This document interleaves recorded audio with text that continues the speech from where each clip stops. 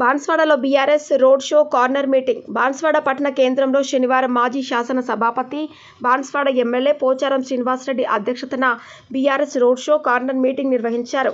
ఈ సందర్భంగా పోచారం మాట్లాడుతూ, బాన్స్వాడ నియోజకవర్గంలో గత 10 ఏళ్లలో ప్రజలు అడిగిన, కోరిన పనులన్నీ చేశాను.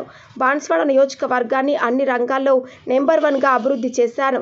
బాన్స్వాడ నియోజకవర్గంలో ఇల్లు లేని పేదలు ఉండవద్దు అనే ఆశయంతో రాష్ట్రంలో ఏ శాసనసభ్యుడు చేయని విధంగా బాన్స్వాడ నియోజకవర్గానికి 11,000 డబుల్ బెడ్రూమ్ ఇండ్లు తీసుకొచ్చాను. అందులో 10,000 ఇండ్లు నిర్మాణం పూర్తయింది.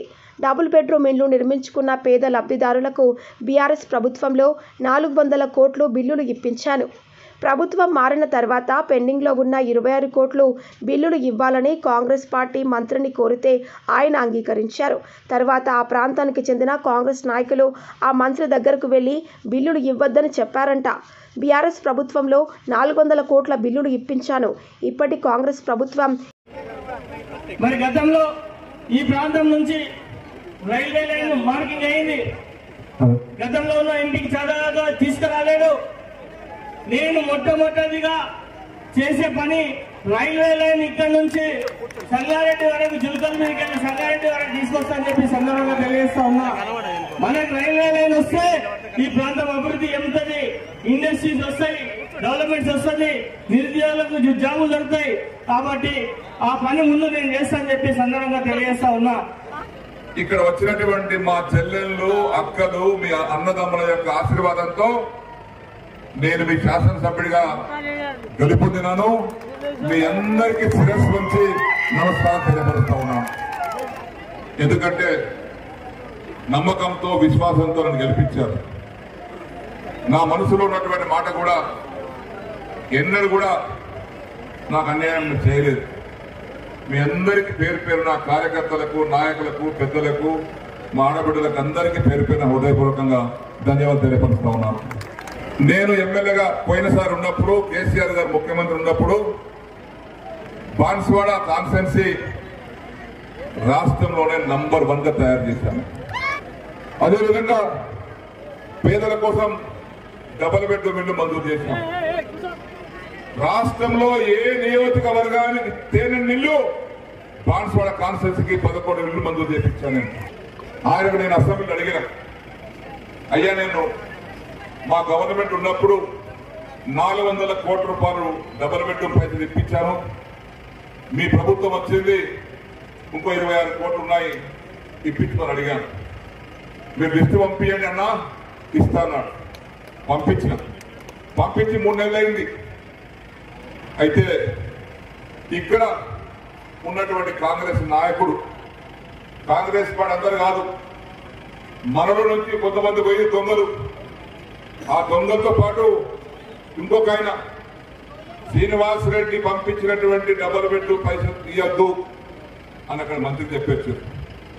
నేను ఒక్కడే వారు గుర్తు చేస్తున్నా, ఎవడి జాగిరి కాదు, ఎవడి అప్ప సొమ్ము కాదు.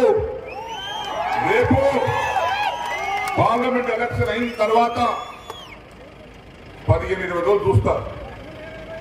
నా డబుల్ బెడ్రూమ్ మా అక్కలకు, చెల్లెలకు పైసలు ఇంకా మీ గవర్నమెంట్ మీది కాబట్టి, నేను ఉన్నప్పుడు ఇప్పించుకున్నా కాబట్టి, మీ ప్రభుత్వం ఉంది కాబట్టి మీరు ఇవ్వకపోతే నేను నా భార్య పిల్లలతో, మీరు మీ భార్య పిల్లలతో కామారెడ్డి కలెక్టర్ గారి ఆఫీస్ ఎదురుగా ధర్నా చేస్తామని చెప్పేసి మనం చేస్తా ఉన్నాం.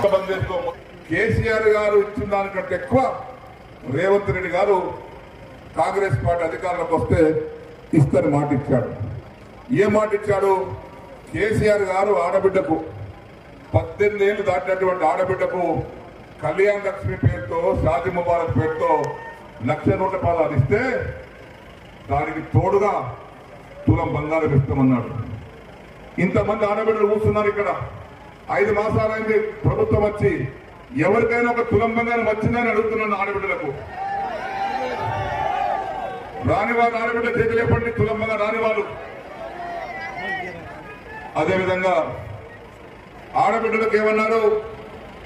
మీకు నెలకు 18 ఏళ్లు దాటితే 2,500 రూపాయలు మీకు ఇస్తాన్నాడు. దేనికోసం? పుట్టమస్తే ఖర్చు పెట్టడానికి, ప్రతిసారి భర్తకు అడిగే అవసరం లేకుండా 2,500 రూపాయలు ఇస్తానని రేవంత్ రెడ్డి. ఎవరికైనా 2,500 వచ్చినాయా నెలకు 18 దాంట్లకు రాలేదు. రెడ్డి గారు ముఖ్యమంత్రి అయినాక ఇక రైతుల కోసం చెప్పిండు. కేసీఆర్ గారు రైతు బంధు 10,000 ఇస్తున్న ఎకరానికి సంవత్సరానికి, నేను ముఖ్యమంత్రి అయితే 15,000 ఇస్తారు రేవంత్ రెడ్డి చెప్పిండు. మరి రైతులకు అడుగుతూ ఎవరికైనా 15,000 వచ్చినాయా రైతు బంధు కింద? రాలేదు. ఇక భీమ్ పటేల్ ఉన్నాడు, పేరుకే భీమ్, పేర్లనే భీమ్, కానీ జాతర భీమ్ లేదు. అసలు భీముడు మనం ఇక్కడ ఉన్నాడు, భీముడు అసలు భీముడు. కాబట్టి భీమ్ పటేల్ గారు మోసం చేసిన అందరినీ. రైల్వేలను తీసుకొస్తున్నాడు, ఎన్నిసార్లు చెప్పినా. అంతకుముందు 5 ఏళ్ళు సురేష్ శెట్టి గారు ఉన్నారు, ఆయన చెప్పినా ఆయన చేయలేదు. పరిశ్రమ రావాలంటే ధాన్యం కానీ ఇతరత్ర వస్తువులు కానీ తక్కువ ధరకు రవాణా కావాలి. కాబట్టి రైల్వే అయితేనే సాధ్యపడుతుంది. కాబట్టి ఈ ప్రాంతం తక్కువటువంటి ఒకటే కోరిక రైల్వే లేని అనిల్ గారు. కాబట్టి మీ అందరికీ ధన్యవాదాలు తెలియపరుచుకుంటూ, కారు గుర్తుపైన ఓటు వేసి అనిల్ కుమార్ గారిని గెలిపించమని కోరుకుంటూ నేను సెలవు తీసుకున్నాను.